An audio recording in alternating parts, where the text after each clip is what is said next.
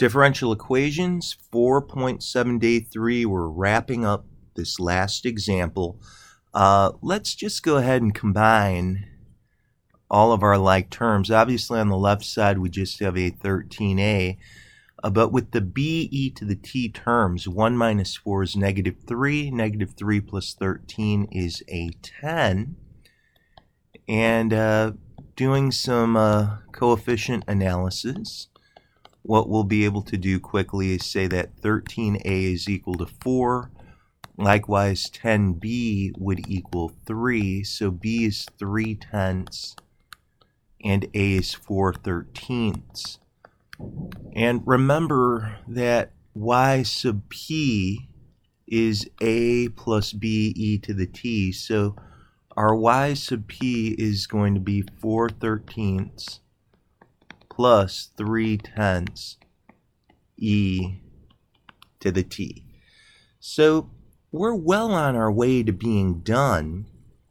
We have our characteristic solution, we have our particular solution, so our general solution, of course, is going to be the combination of them. And it really is becoming, I hope it's feeling very much like a routine problem right now, where you'd say, wow, we've done this so many times, and indeed you have. There's just one issue. As you're looking at this answer, it doesn't have x and y in it. You've got y and t. And this is where we need to come back and say, okay, now wait a minute. What drove this whole process, what started this off, is the assumption that x was e to the t and t was equal to the ln of x, right? If we took a ln of both sides of that first substitution. So we're going to resubstitute back in right now. And by the way, as you see e to the 2t, that's really like e to the t squared, power to power, you multiply. So this becomes x to the second. So that's really what you have out in front.